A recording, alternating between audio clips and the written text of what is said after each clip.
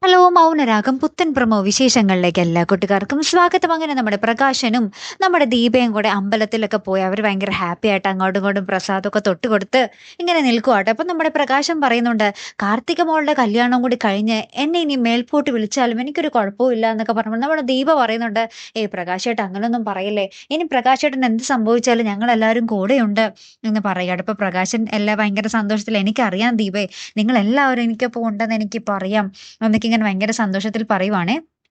അപ്പുറത്ത് നമ്മുടെ കാർത്തികയുടെ അമ്മ ലക്ഷ്മി അമ്മ ഭയങ്കര ടെൻഷനിലാണ്.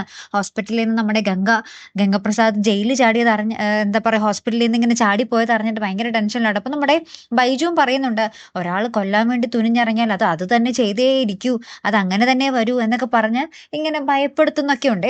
അപ്പുറത്ത് ഏറ്റവും ഒടുവിൽ നമുക്ക് കാണുവാൻ സാധിക്കുന്നത് നമ്മുടെ സ്റ്റെഫിയും ഗംഗപ്രസാദും കൂടി നമ്മുടെ കാർത്തികയെ ഇല്ലാതാക്കാനുള്ള പ്ലാനൊക്കെ ഒരുക്കുന്ന ഒരു രംഗങ്ങളാട്ടോ കൂട്ടുകാരെ. അപ്പൊ എന്തൊക്കെയാവും സംഭവിക്കാൻ പോകുന്നത് അല്ലേ? കാത്തിരുന്ന് തന്നെ കാണാട്ടോ. അടുത്തൊരു വീഡിയോയുമായി വരുന്നത് വരയ്ക്കും ഗുഡ് ബൈ.